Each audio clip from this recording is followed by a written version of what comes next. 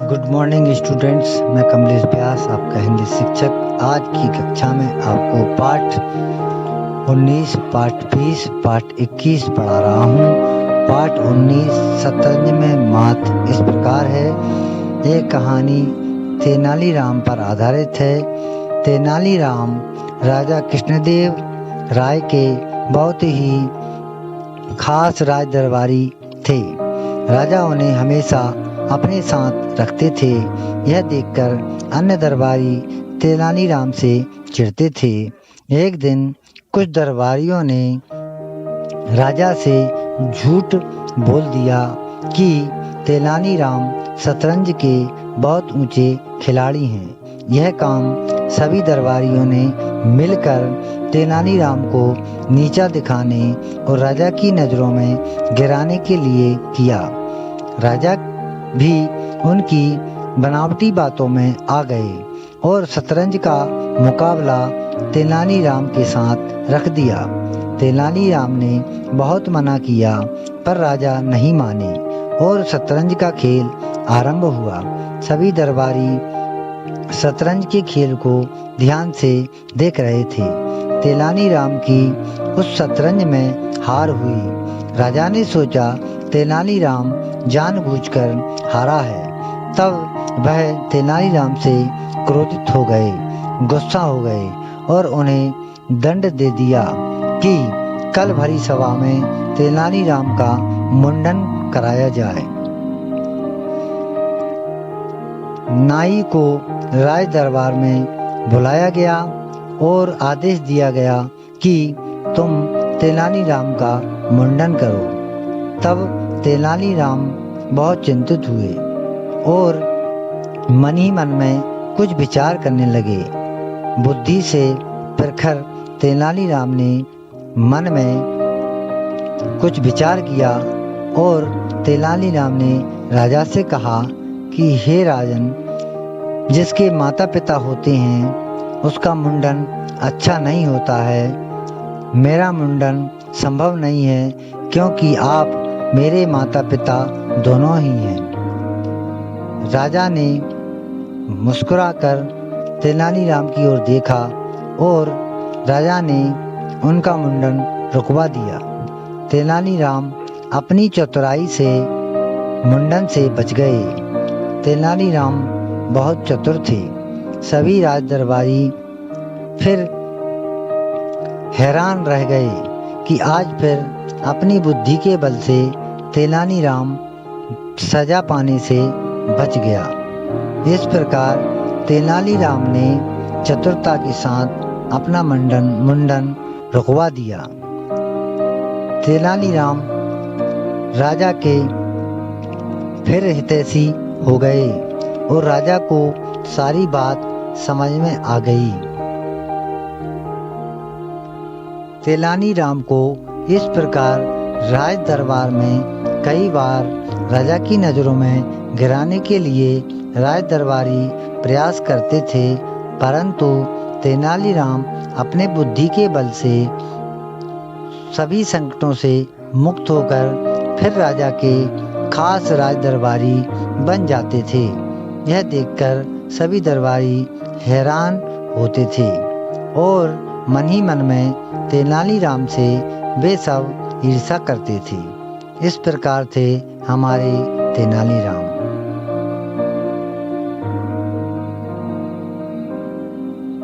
अब पाठ 20 बिजली चोर। अमावस की रात थी। लोरिया हाट अंधकार में डूबा था। गांव शहर से कुछ कोस दूर पक्की सड़क थी। 2 मील दूर जंगल खलियान पार करने पर मिलती। अधिकतर लोग पैदल ही सड़क पर जाते। केवल 2-4 ही थे जिन्हें साइकिल नसीब थी। गांव के किनारे एक झोपड़ी में लालटेन का प्रकाश टिमटिमा रहा था। लालटेन के निकट बैठा बालक ननकू पाठ रट रहा था। उसने लालटेन को अपने पास खसकाया और किताब को चेहरे से सटाकर गौर से पन्ना देखा। खटाक टप की अचानक आवाज आई। प्रिय छात्रों, यह पाठ ननकू और एक गांव के वातावरण का है, जिसमें उस गांव की लाइट बार बार गोल हो जाती है, चली जाती है। तब ननकू उस चोर को पकड़ने की मन में ठान लेता है और एक दिन वो रात के अंधेरे में सड़क पर निकल पड़ता है। तभी उसे वह देखता है कि साइकिल से मोहन चला आ रहा है। उसके पैर में नीली चप्पलें हैं। कुछ देर के बाद एक काला कम्बल ओढ़े हुए एक व्यक्ति बिजली के खंभे पर चढ़ता है। तभी ननकू की नज़र उसकी चप्पलों पर पड़ती है। वो चप्पलें उसने कुछ देर पहले मोहन के पैरों में देखी थी। पूरा गांव परेशान था, चोर को पकड़ नहीं पा रहा था। ननकू ने देखा कि कोई खंभे पर चढ़ा चोरी कर रहा है। तब धीरे से उसका कंबल नीचे को लटका।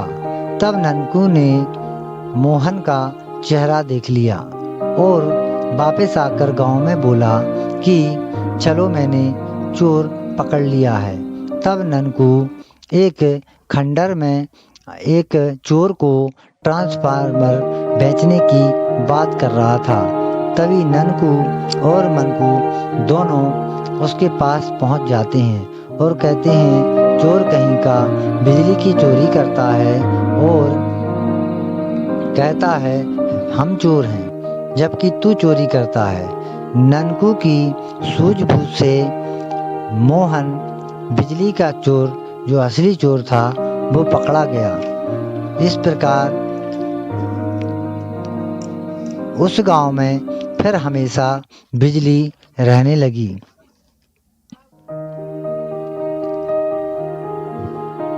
लोहिया हाट में बिजली अब सदा समय पर आती है। गांव जगमग जगमग करता है। मंगरू अब दिन भर पीपल तले पड़ा नहीं रहता। उसे बड़का के खेत में काम मिल गया है और रहने को जगह भी मिल गई है। ये था बिजली चोर मोहन, जिसकी वजह से पूरा गांव परेशान था।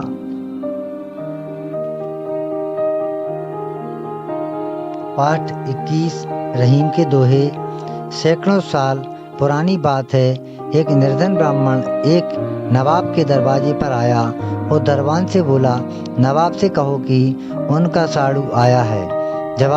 नवाब के पास जब यह समाचार पहुंचा तो उन्होंने आदर के साथ निर्धन ब्राह्मण को बुलाकर अपने पास बिठाया। किसी ने उनसे पूछा, यह फटेहाल आदमी आपका साड़ू कैसे हुआ? रहीम ने जवाब दिया, संपत्ति और विपत्ति दो बहनें हैं, पहली मेरे घर में, दूसरी इनके घर में है, फिर यह हमारे साड़ू ही तो हुए। इसके बाद नवाब ने ब्राह्मण को एक घोड़ा और धन दौलत देकर विदा किया। जानते हो यह नवाब कौन था? सुप्रसिद्ध कवि रहीम। रहीम का पूरा नाम अब्दुर रहीम खान खाना था। उनका जन्म 17 दिसंबर 1556 को लाहौर में हुआ। उनके पिता बैरम खां हुमायूं के विश्वासपात्र सेनापति थे। रहीम 4 वर्ष के थे कि उनके पिता का देहांत हो गया। उस समय अकबर लाहौर की राजधानी राजगद्दी पर थे। उन्हीं की देखरेख में उन्हें रहीम का पालन पोषण हुआ। रहीम की शिक्षा दीक्षा शाही तरीके से हुई। पढ़ाई लिखाई से लेकर युद्ध कौशल तक हर चीज में उन्होंने दक्षता प्राप्त की। अब्दुर रहीम ने सेनापति के रूप में